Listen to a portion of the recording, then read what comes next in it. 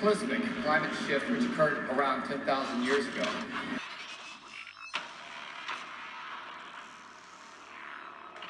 The coldest weather on record has thrown the city under chaos.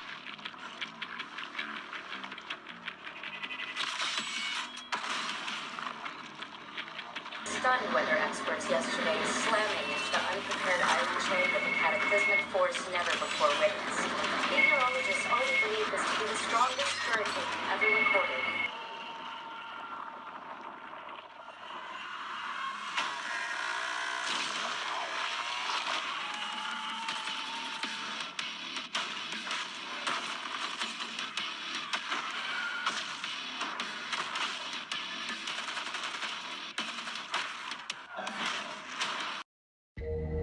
Maybe they don't know what to do. Somebody has to tell them what to do because they don't know what to do. They've been dummied down to the point they don't know what to do. They no longer have the spirit of discernment. The Illuminati is getting bolder and bolder. The spirit of darkness, the beast is rising before your very eyes. Situation developing where you can literally see this seven-headed monster, this beast with 10 horns, crowns with the name blasphemy, this antichrist spirit taking over your public school system, Common Core, this Common Core from the biblical Babylon whore, corrupting the minds of your children, turning them atheistic and secular, humanistic, and soon transhumanoid their intellect to the point that they can't think without an electronic near them. They no longer can think for themselves. Their spirit is being overtaken by a spirit of delusion, a strong delusion, to believe a lie and be damned. The blind is the leaders of the blind. They're all headed toward the pits of hell and the ditch on its way.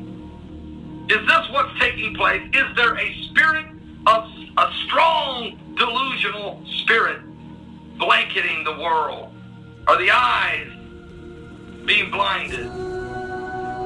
Is the subliminal messages rewiring your brain? Is the lack of knowledge destroying the people? These are the words of Christ. The fool has said in his heart, there is no God. The apocalyptic events that are happening around us, 26 times in the last 4 years that the water has turned blood red around the world, 26 times. I can't even count the number of dead birds that fall just from the sky without a reason. The billions now of fish that have washed up on your banks, all of it because of mankind's disobedience, because there's no truth, there's no mercy, there's no knowledge of God in the land. Men's hearts are failing them soon for fear of what's coming. And Mike around the world is going to join us here in a couple minutes, and we're going to try to understand what is coming. What is the second wave of energy? How strong will it be? And what about waves 3, 4, and 5? Does it even matter? How strong is this second wave? And why isn't this term, waves of energy, being used by anybody in the government or in the media? Is that something we'll soon hear? I don't know. Okay? But I know one thing. We are living in the last days. Good evening. Primary school pupils as young as 4 are being asked to choose the gender they most identify with before starting school. In a letter from Brighton and Hove City Council that's been sent to parents, they're asking them to support your child to choose the gender they most identify with. Well, the move has been criticised by some parents who say that such young children don't have a sophisticated understanding of gender issues and it could be potentially harmful. But the council defended its actions as a response to the requests of families. I would say that 4's far too young to be asking that question, and it complicates the scenario that doesn't need to be complicated. I just thought it was a bit odd. Didn't think it was a question that needed to be asked so early in life. I'm afraid this is symptomatic of what's going on across the country. Gender issues, gender identity, sexual issues are being foisted onto 4 and 5-year-olds. For heaven's sake, let's give these children a childhood. We can deal with these problems later in life. Basically, I identify as non-binary, which means that I don't fully identify as 100% male or 100% female. The form sent to parents of 4-year-olds starting school had a gender section, then, underneath, the following 2 sentences. We recognise that not all children and young people identify with the gender they were assigned at birth and may identify as a gender other than male or female. Plant the seed into a child at the age of 4 that you can choose your gender if it's different than how you were created. And then you get to the college level where what you see there is the propagandizing of these students to the point where, well, whatever you want it to be. Where does this ultimately lead? Where is this ultimately going to go?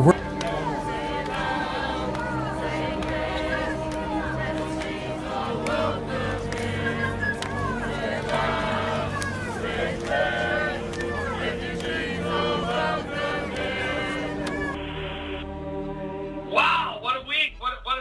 Since the last time we talked, there's a lot that's been going on, Mike. Oh, yeah, you better believe. Hey, I want to say something, too, that the speaker you had on yesterday, that was fresh air. It's so good that somebody is covering the dynamics of volcanism, because it's certainly something we're going to have to face. Yes, it is. And, you know, you've been saying that now for a couple of years, and really last year, as we were anticipating the first wave of energy, you said, Paul, you're going to see an uptick in earthquakes and volcanism and volcanic eruption, and that's certainly come to pass. And Mary Greeley, who was our guest yesterday, folks, if you missed the show, she really stays all over the earthquakes, the volcanoes, especially Yellowstone. She stays all over that subject, and she's pretty relentless. And so it's good. You're right. A breath of fresh air to have someone who can specialize in that area. And you were correct by saying we would see more and more of it. I mean, it's unbelievable, really. Yeah, well, we certainly do have some issues that nobody's discussing. I think what they have done, Pastor Paul, is they have taken some of the issues that would be otherwise passive and turned them into something significant, like everybody's looking for the major thing to happen from major sources or obvious sources. But there are some other problems that are forming even right now that will eventually take a toll on the earth, and preparatory action in that regard is going to be important. Yes, and I think that we're seeing more and more near-Earth objects. We know last year we broke the record for earthquakes over 6.0. And Mike, yesterday we had a 6.9 in Burma. Today, this morning, my phone goes off twice in 10 minutes, a 6.0 in the island of Vanuatu and a 6.2 in Japan.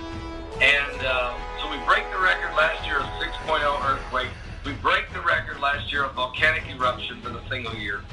And that was all leading up, of course, to the first wave. And now that we're into this, headed toward the second wave, we're seeing it again. We're starting to see everything pick up. Can you elaborate a little bit about between now and December 26th? Is December 26th still the date that are tentatively set for the second wave? Yes, yeah. The countdown is at 256 days, 1 hour, 30 minutes, 36 seconds. So it's still on the countdown. And unlike the first wave that came through, and first of all, because people might not know about this, it's important to note that in 2004, we were hit by a wave that ionized the atmosphere and took a chunk out of the atmosphere. I don't know if many people are aware of that. That was from Magnetar STR 1806-20. It took a chunk out of our atmosphere in 2004. It's 50,000 light years away.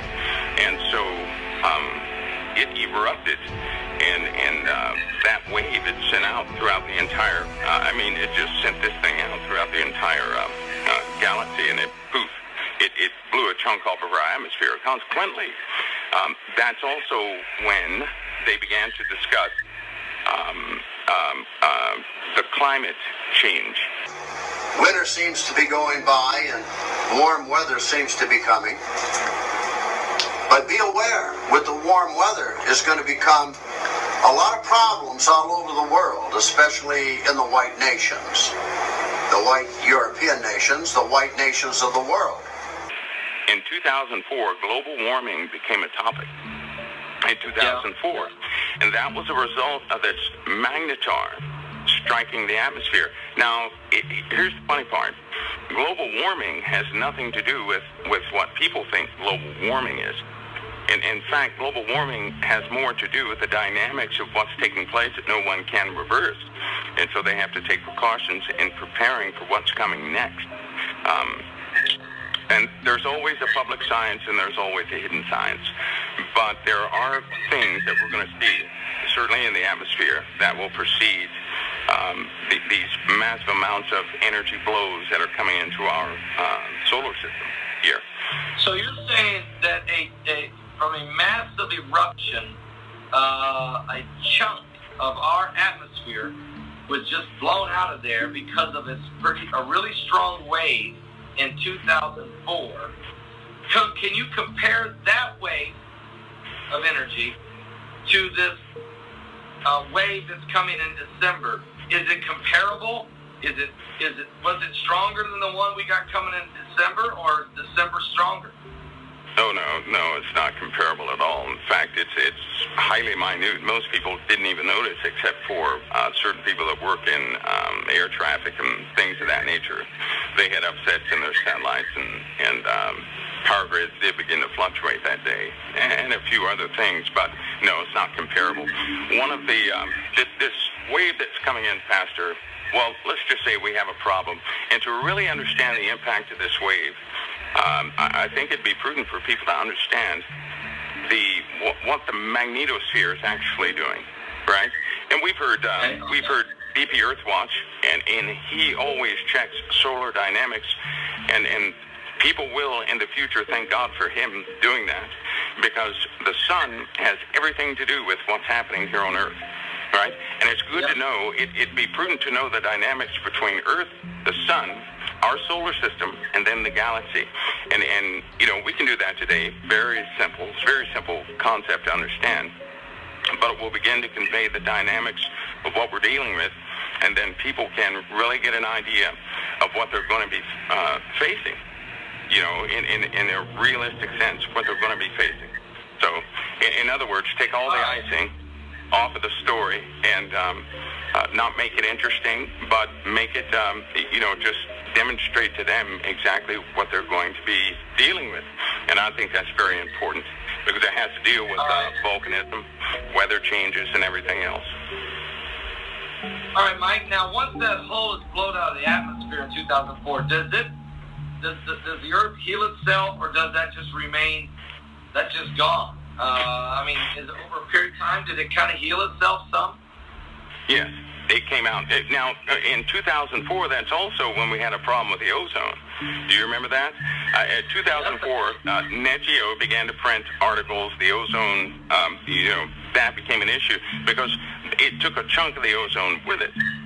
And so in 2006, the ozone was the lowest level it ever has been in recorded history since they started recording information. There were spots on the Earth in 2006 that if you went in those spots, there were no-go zones. If you went in there, you would be cooked as though you were inside of a microwave, because there was no protection from solar radiation coming in at those spots.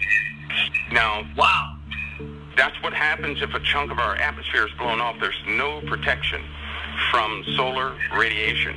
And to understand the entire dynamic, our magnetosphere is a big magnetic field around the planet.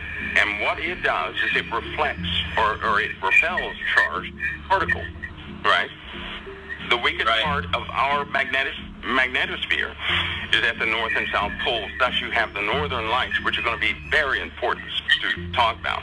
So, but anyway, all these charged particles, most repel, just a minute amount hits the north and south poles. That goes for a solar flare, if they're not huge, and a coronal mass ejection, CME, right? Because the CME is in fact a polarized magnetic chunk of plasma blown off the surface of the sun.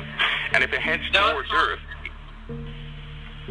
Well, let's talk about that, because a couple years ago, NASA was even on I actually did a video about this where they brought an expert on to CNN, and he said that a chunk of the sun had been blown off, and that was, of course, that also filters some of these CMEs from a solar flare eruption. And with that being open, it just allowed, virgin solar flare roaring toward the Earth. Here's my question to you. The second wave of energy, we're all worried and all concerned about how it affects the Earth. But I'm going to ask you this question. How does the second wave of energy affect the sun, which in turn would affect the Earth? Well, I'm so glad you asked that, because this first wave that came in August 17th, it certainly did affect the sun. X-ray emissions, gamma emissions, activity levels churning, momentum, and everything else began to alter in the dynamics of the sun. So its magnetic field actually increased. I believe it was very minute, about 1.6%, but it had an effect on the sun, which in turn has an effect on Earth. Here's how that works, and this is why I'm so glad your guest came on yesterday, to make people aware of what's happening with volcanism, because the sun is intimately tied. Its magnetic field covers its entire solar system. Most people don't know that, but it covers the entire solar system. So the sun's magnetic field stretches way out there, far beyond Pluto. We're talking about the entire solar system. When it begins to emit its electromagnetic field, the Earth's electromagnetic field will begin to polarize and respond, right? So when you have a CME, which in fact is a polarized chunk of plasma that comes off the surface of the sun, headed anywhere in our solar system, we are not directly affected, but it has an impact on the activity in Earth. Because inside the Earth, it is theorized it is molten rock, right? Well, let's just say that it is molten rock, very hot. Okay. And it's spinning at a certain rate. Now, the spinning, right, is almost like electricity traveling through a wire, alternating current traveling through an electric wire, which causes an electromagnetic field. So it is directly responsible for the electromagnetic field around the Earth. Our shield, right, is responsible. When the sun becomes active, its electromagnetism affects our electromagnetism. But it has an opposite effect on us. It does not speed the core of the Earth up. It slows it down, and if it slows down, our magnetic field gets weaker. So over the course of many years, our magnetic field is becoming very weak, right? So then a CME that wouldn't... That's right. That's our protection. That's our protection. So if right now, if we had a CME, it could hit Earth, and not too many things would happen, because the Earth would, in fact, only absorb small amounts of the charged particles that come in to the Earth, and it will be fed to the North and the South Pole, which causes the Northern Lights and the Southern Lights. Right? That's what you see. Consequently, Jupiter and Saturn also have Northern and Southern Lights. But the inner planets do not. They don't have them because something happened to their magnetic field. By the way, they send all these probes to Mars because they're trying to determine what happened to its atmosphere. Believe me, they're trying to find this out, because Earth is about to go through the same process. We're about to go through the same process. They send out all these little probes, millions of these little dinky probes, and they send them out there to get a feel, get a reading of what's taking place in the atmosphere of Mars, and to kind of help us understand, wow, that's going to affect the atmosphere of our Earth. And so they're using these small miniature probe technology. Can I ask you a question? We're hearing that the probe, the Saturn probe, that's going around Saturn is being tugged on, that some gravitational pull is happening to it. That has been reported everywhere. And now all of a sudden yesterday, NASA says, hold on a minute, we're not so sure it is or not. And they threw Mike Brown under the bus, whom the French scientists all embraced and said he was correct, that, well, based on their readings, there is a tug definitely going on the space probe up there in Saturn and the other space satellites that are orbiting the Earth. Mike, do you have any information that can help us understand what's going on with the space probe and is it being tugged on? Oh yeah, most probes that are launched into the atmosphere have they have to compensate for a tug in a certain direction. And by the way, I mean, who would you trust? The French, who are somewhat open in their scientific knowledge, or the U.S., who likes to protect everything? You know, everything has to be protected, even if it means nothing. They protect it. You know, the public is not smart enough to know, and that would be their general viewpoint because of the diversity of people. So, if they threw somebody under the bus with whom France would agree with, well, I would be inclined to believe them, right? Over anybody else, because we have too much at stake here in the United States. And I tell you, bad people in the past have hidden so much, right, that if they open these things up now, the entire social system of the United States will begin to degrade, because they're trying to rebuild trust in the U.S. government is what they're doing right now. Okay. That's priority. So, but there's something tugging at everything. They have to compensate. When they launch rockets, space vehicles into space, all of this has to be compensated for the tug, which was actually found in the 70s with your Pioneer probes and all these different things that were launched. They knew it was a tug out there, and they know what direction the tug is coming from. They know exactly what direction the tug is coming from. Yes. And so, yes, there is a tug. Okay, so for there to be a tug, there has to be a gravitational body big enough to pull against the grain, because, you know, our sun is pulling. I mean, we're all orbiting the sun in our solar system. So for anything to be pulling what's orbiting in our solar system has to be big, has to be huge. As Donald Trump would say, huge. It has to be very big. So, and that's where the theory of Planet X or Nibiru came into play about 100 years ago. Now here we are. We're not getting all the info. We're hearing drips and drabs. NASA's dribbling stuff to us and then changing their mind. And then tomorrow, 3 days from now, they'll be talking about Planet X again, probably. And so as this goes on, my question is to you, if this tug has started happening in the 70s, we knew about it then, we know what you say, we know the direction. Is it Orion, which was what the Chilean scientists saw in the observatory there in the mountains of Chile, or is it from a different location? Do you have information on that location? Sure. No. I tell you, Pastor Paul, as far as locations of where the tug is, I can answer that anyway.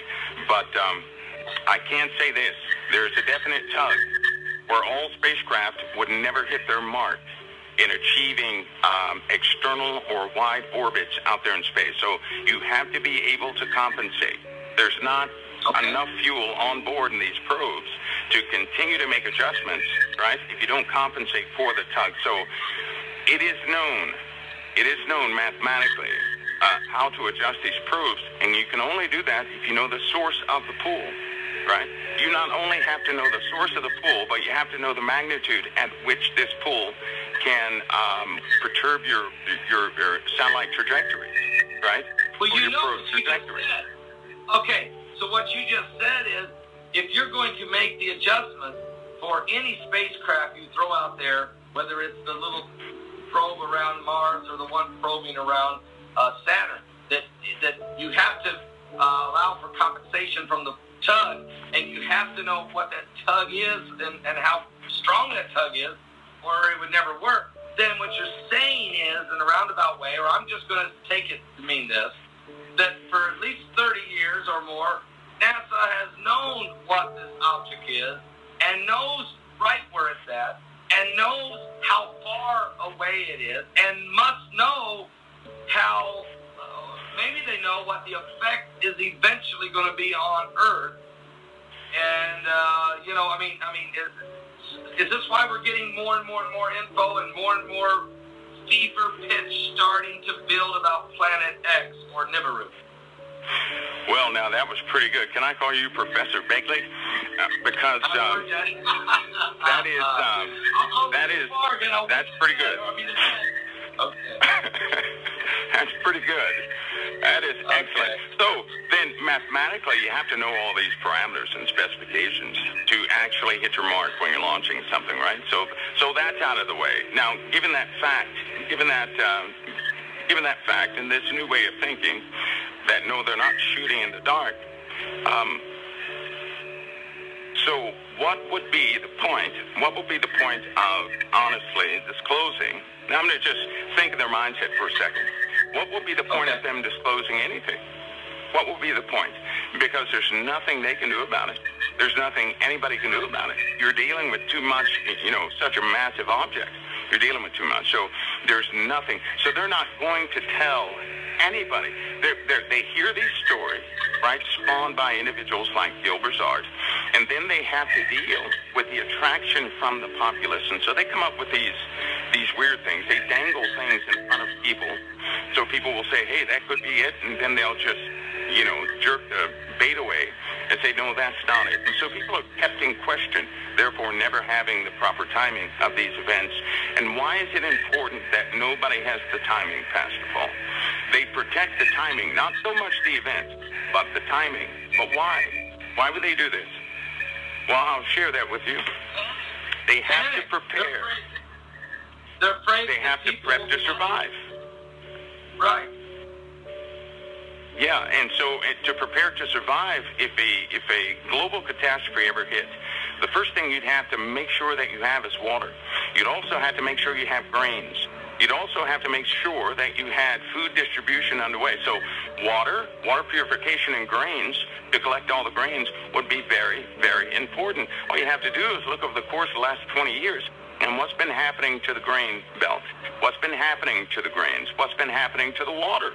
All of a sudden we have decreased water levels in all the freshwater lakes in America, right? Is that coincidence or something else taking place?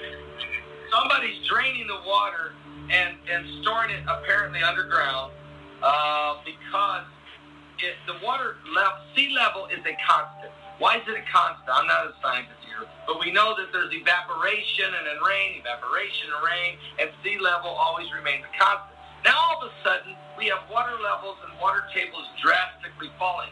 Well, where's it at? It's either in the atmosphere or it's where it should be. No, it's being drained somewhere else. In my perspective, they are taking the fresh water and putting it into large storage for survival later. Yeah, so for now, how would you hide something like that? You'd have to fool the public. So let's play the evil guy real quick.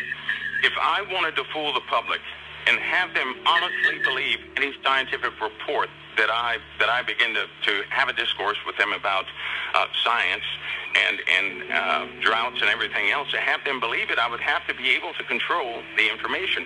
Well, the only way to control information is to make all information digital.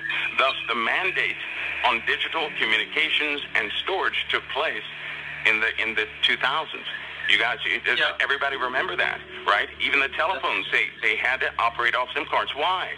The first excuse was that drones that were producing, they used VHF, UHF, and all these analog radio signals, and they didn't want anybody else using those signals. However, satellite systems also use those systems as redundant carriers of the information, redundant carriers, just in case something happens. And they're still widely used, but they needed to control the information. And why did they do that? Because history on the internet changes about every month.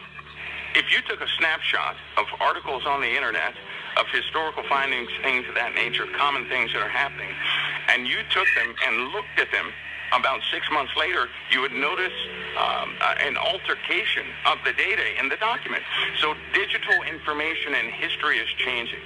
And there are very evil people that always tell you they can't change history, but they can change the way history is perceived, right? They can do that. So everything is digital. And this is what these folks are doing. So that gives them room to hide any activity that they're doing. And the populace will never know. If they don't know now, they're not going to know. right? Which means those who are of the Spirit, they can discern something is not quite right. It eats away at them every single day, spiritually, right? But they can't put their finger on it because they can't trust the information from the evil folks themselves. They can utilize it to see something is wrong. This is why I believe, and I'm leading somewhere, and I'm leading somewhere in this interview today. I'm going to get to the effects of the second wave between now and December. We're going to talk about that because I think those effects the earth is going to experience between now and December 26th, I believe we can find parts of it in this Bible. But here's something you just said about this. Storing history on digital instead of written.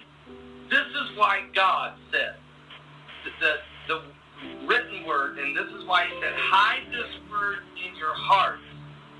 He will write this word in the tables of your heart and in your mind. You need to know the word, folks, because there's a day coming when you probably won't be able to find one of these books written and published unless you yourself have it hid so well that no one can find it. There's proposals on the table. They want to remove the Bible from all the public libraries across America. ISIS is burning every biblical book they can find. The communists are destroying every Bible they get their hands on in every communist nation of the world. This is going to become such a treasure. And some Bibles, of course, have been so badly altered that they're not the true, fallible Word of God. I'm not talking about every version, okay, so don't get offended. I'm talking about some of them are so far away from the truth that it's scary. The bottom line is this: you're going to have to know this Word because they're going to change history, just like Mike is saying. They're going to change not only the history of humanity, but this is the most historical book in the world. Nothing even close to this. Not only is it historical, but it's prophetical. And they want to change even the prophecy in advance of what's going to happen. That's part of the deception, Mike. Would you agree? Oh yeah, and they're doing it every single day, and it's just something we're going to have to get spiritually prepared, mentally prepared. And I'm glad we're going to talk about the second wave, Pastor Paul, because the mental preparation for what is developing is going to take a change in how we think.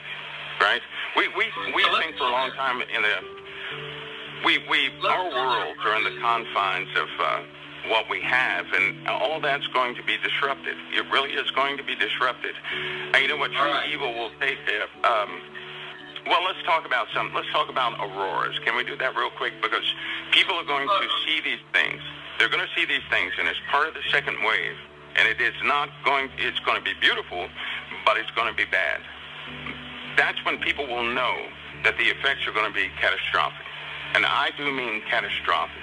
So if we begin to see those, you forget about the third and the fourth and any other waves coming in. Because if we begin to see those, it will be catastrophic. And I can explain to everybody why. Let's break it down for them. And we've had our first ripple wave on, like you said, I believe it was August the 17th, 2015.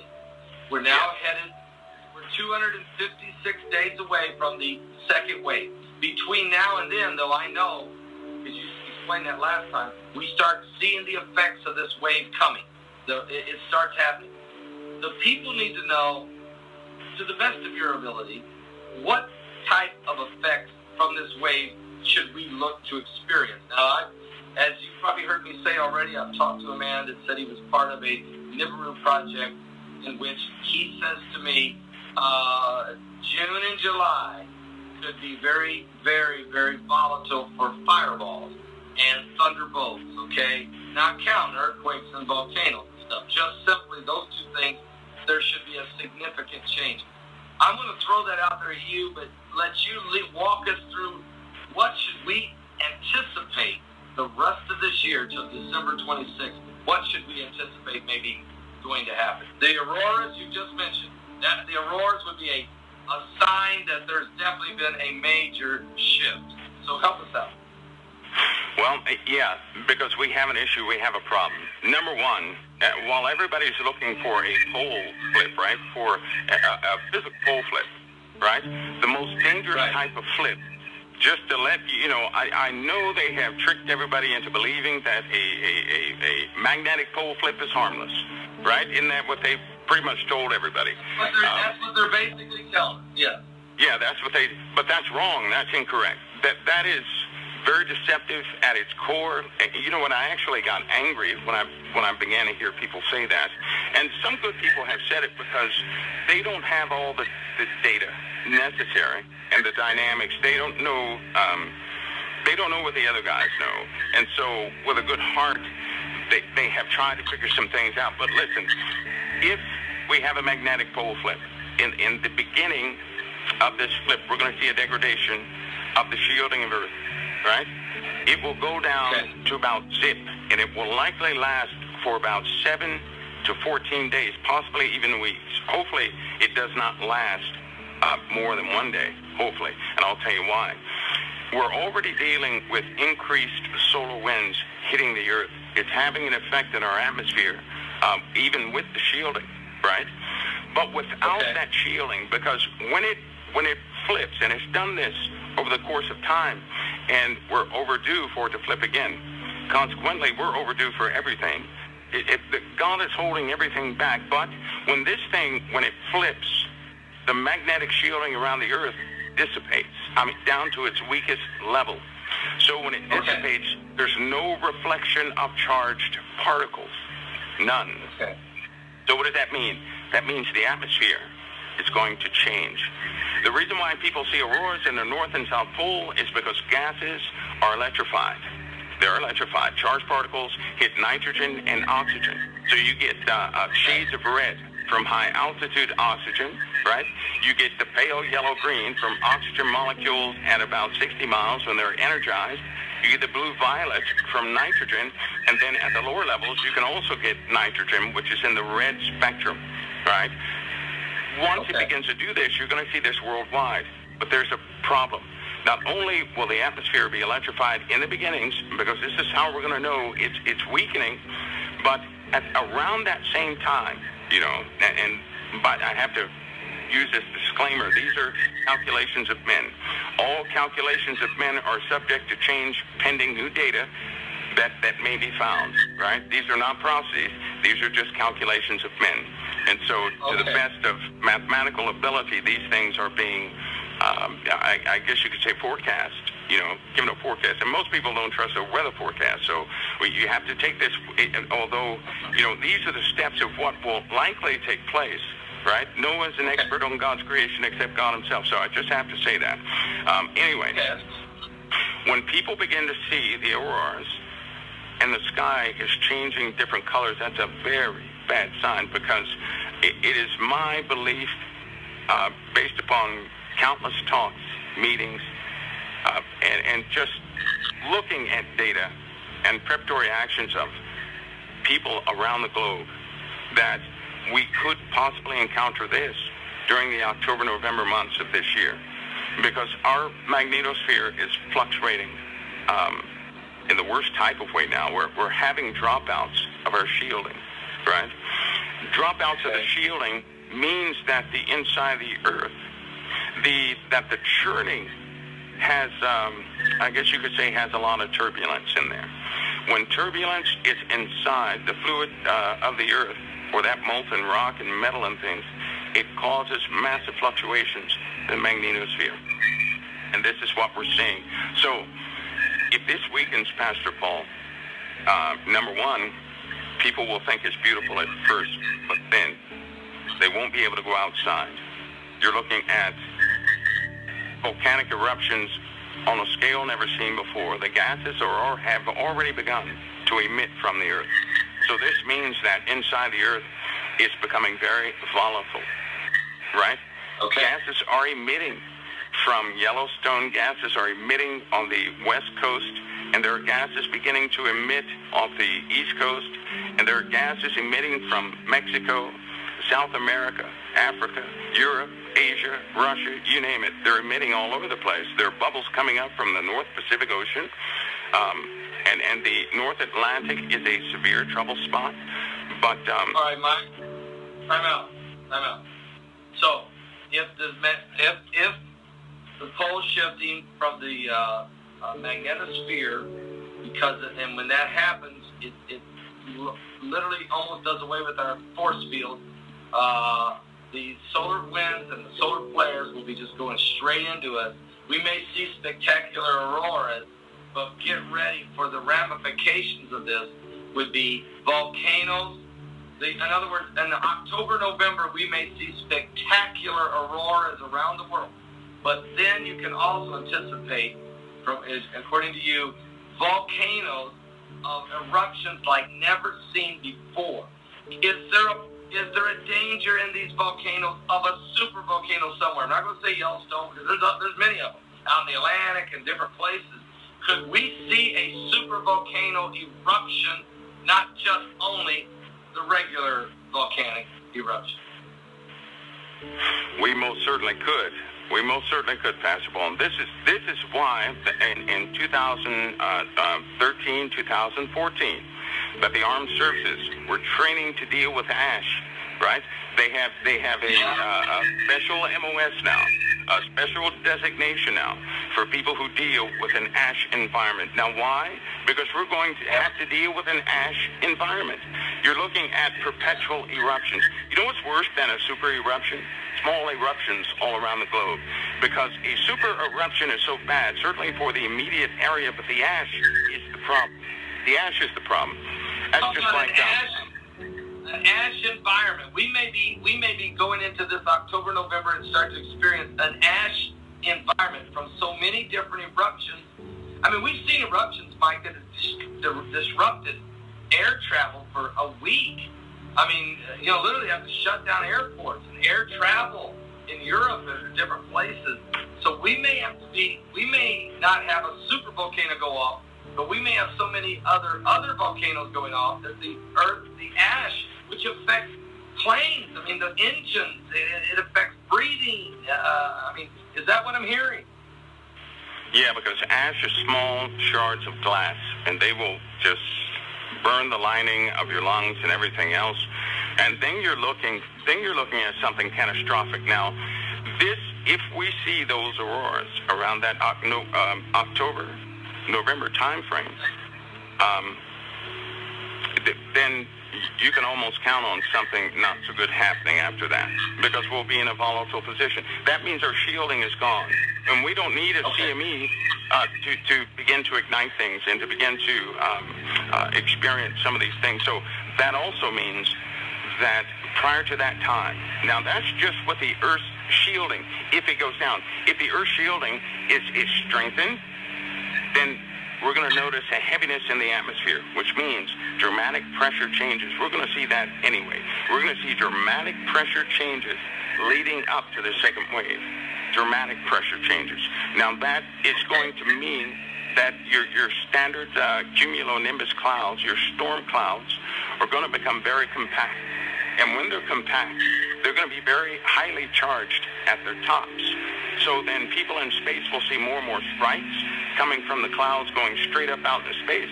And we're going to notice much more intense lightning storms and plasma conduits forming on the Earth, as there have been two, to my knowledge, spotted in the last 2 months. There have been two in the last 2 months. It's a phenomenon, and they're very dangerous, and they somewhat form out of the blue. It is not lightning. It is a plasma conduit, and it will sustain itself for about 2 seconds, and then it's gone. Will we see, these thunderbolts, will we see large hail like in Texas? We just had huge hail in Texas, and we have these thunderbolts that are they going, if the pressure changes drastically come October, November, will we see, besides a lot of volcanoes and filling the air with ash, are we also going to see even stronger thunderbolts and hail than what we've seen?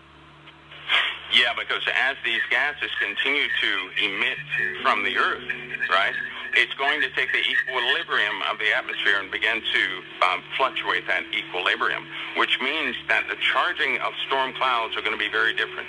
You're dealing with a different dynamic, and you're looking at a discharge of common static and plasma, probably about 100 times higher than what it is right now.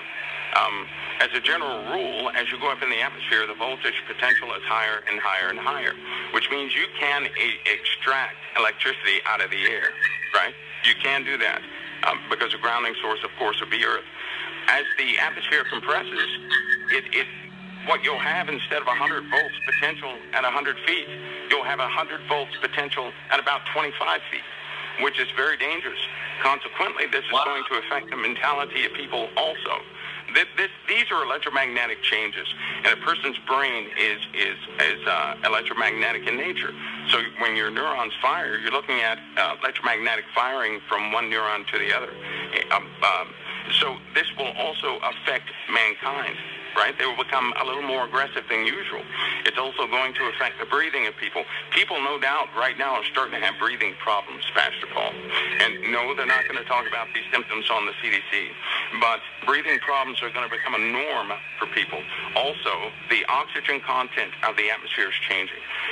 As general rules, normally it's 78% nitrogen, 21% oxygen. Well, that's changing. The equilibrium in the atmosphere is changing, right? It's been changing, but it's reaching points where it's absolutely noticeable in the human body, and so fatigue is going to become more common than not.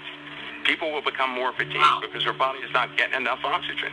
So we're looking at all these things, and they're all associated with a compression event. This wave is almost like a compression event coming out from space, which will likely overwhelm the heliosphere, right? So then in the Earth, what are you going to see? You're going to see plate drifts or new cracks in the Earth, new fault lines forming out of nowhere because the magma inside the Earth is going to become compressed. Now, when it's compressed, it heats up.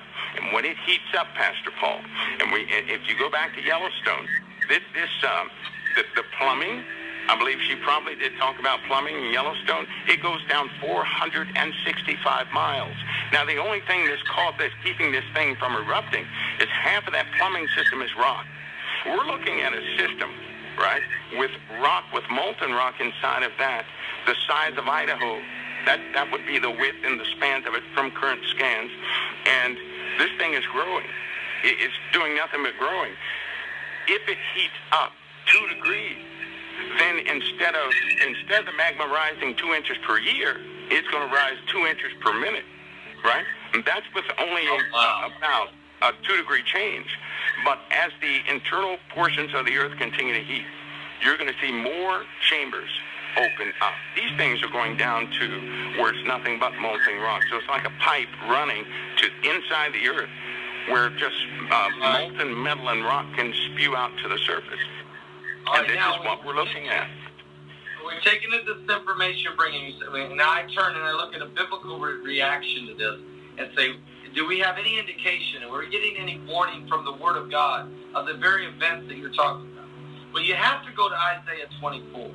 Because Isaiah 24 talks of a pole shift in the very first verse. It certainly says the earth will be flipped upside down. It doesn't mean the earth, the ball of the earth itself, but it's talking, it has to be about the magnetosphere that flips and creates a catastrophe, creates catastrophic catastrophe. Not the end of the world, but certainly creates a catastrophic catastrophe. Then it talks about we're going to hear noises from the pit, okay? And people will run from the fear of the noise. This is all in your Bible in Isaiah 24.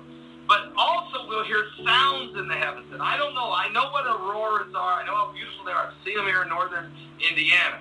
But will we hear sounds? Not just the beauty of an aurora, but will we actually hear more sounds in the heavens, Mike, if our magnetosphere has this almost dissipated under this pressure? It's a question I have for you. And if so, then it's leading us to the 20th verse of the same chapter, folks, Isaiah 24, when it says the earth is going to reel and rock like a drunken man. That has to be a wobbling effect of the poles and earthquakes, volcanic eruptions, sinkholes opening. Now, I'm not a scientist, but I am certainly, I get spiritual revelation from the Word of God, and God gives my limited mind the ability to see this in the spirit. I actually see a earth wobbling, and I see holes opening, and I hear sounds both coming from the earth that creates fear and sounds from the heavens like song. So my question to you is, because I don't have no idea, I don't know the answer, but could spectacular roars also bring sound in the heavens because of a pole shift of the stratosphere?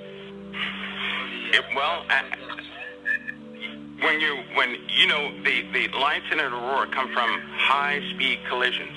I don't know if you're aware of that or not. So they're like mini colliders up there. That's what's happening, mini colliders, right? But have you ever been in wintertime when it's snow all over the place? You go outside, and you can hear a person a block away because snow is covering everything. The sound bounces back to you. So everything is louder, right? You can hear things much clearer. But why is that if the snow is on the ground? It's also because there is snow, and there are snow clouds, right? And the formation that the ice droplets are actually beginning to reflect back the sound, right? So what's going to happen with more and more particles in the thermosphere, the ionosphere, the mesosphere, and the stratosphere?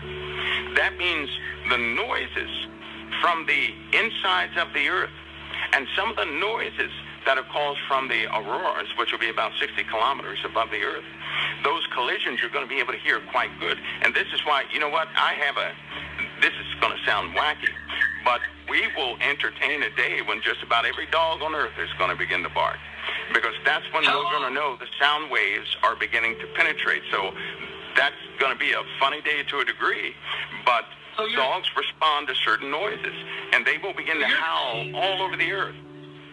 So what you're saying is what I'm feeling, or what I'm reading in Isaiah 24, is that the songs, what the scripture calls it, the songs of the heavens, but there's going to be high-pitched sounds, and that these changes in the electromagnetic sphere breaking down, losing its ability to shield, will also not only allow chargeable particles into the atmosphere, which affect the cumulus clouds, and you have more storms and lightning bolts and hail, but sound will intensify and on the earth.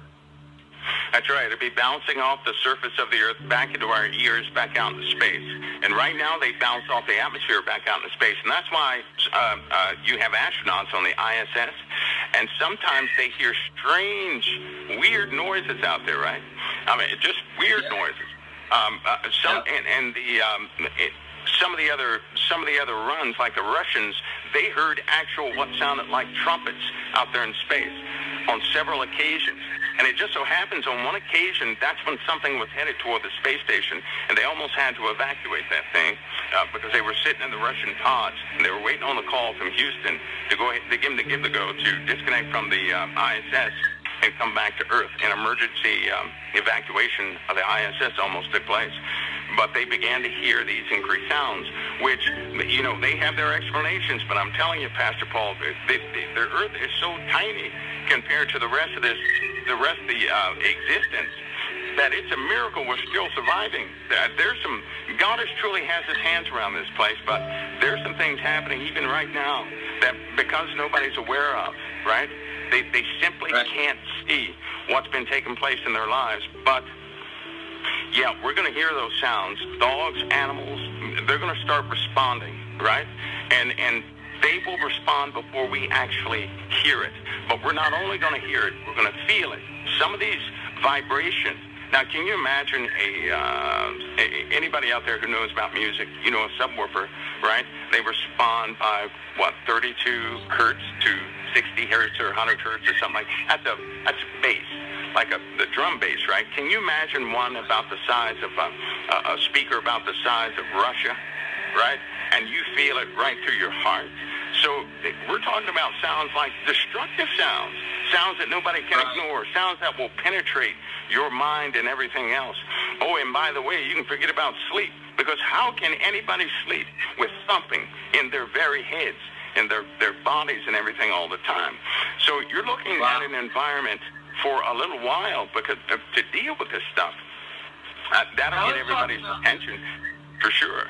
That does, and it really is confirming Isaiah 24 which also will lead us into, of course, Matthew 24, okay? So, and Jesus starts talking about all these apocalyptic events that take place. Now, the body of Christ should start to say, okay, Pastor, so what you're saying is, Mike around the world is trying to say to us, is this second wave could create some things that we've never seen before. Volcano eruptions like we've never seen before. Auroras like we've never seen before. Huge thunderbolts, big hail, and maybe even sound that will affect the animals and even us, all leading up to the second wave. Earthquakes, don't count those out. And because certainly there's going to be earthquakes and tsunamis could also take place. But we're hearing more about volcanism because of the effects on the Earth's core. And the sun is being affected by the same energy waves, and that's why we're seeing probably more sunspots, more solar storms, more CMEs released, and everything is volatile now in our world, our universe we live in. As a Christian, Pastor, help me keep my sanity. Real simple. You don't know the day nor the hour the Son of Man is coming, but you know he's coming. And the Bible told you there would be major changes in your world at some point. None of us wanted to probably be around when it happens, but we may be the very generation that experiences some of the beginning chaos. And you already see the persecution ramping up. You already see the violence. You already see the evil. You already see the corruption. You shouldn't be shocked by when you start seeing the physical manifestations of the groaning, of the birthing pain. We hear about them, but wait till you start feeling them. A woman that's pregnant, you can see she's pregnant, and you can see she's getting bigger. But at some point, it's not that she knows she's pregnant. It's not that she sees she's pregnant. She feels, and she seriously feels the situation developing, the urgency. And I think the earth is going to experience the same thing just before the birth of a new age. And I think we as Christians need to be our faith built up and strong. We should have no fear. But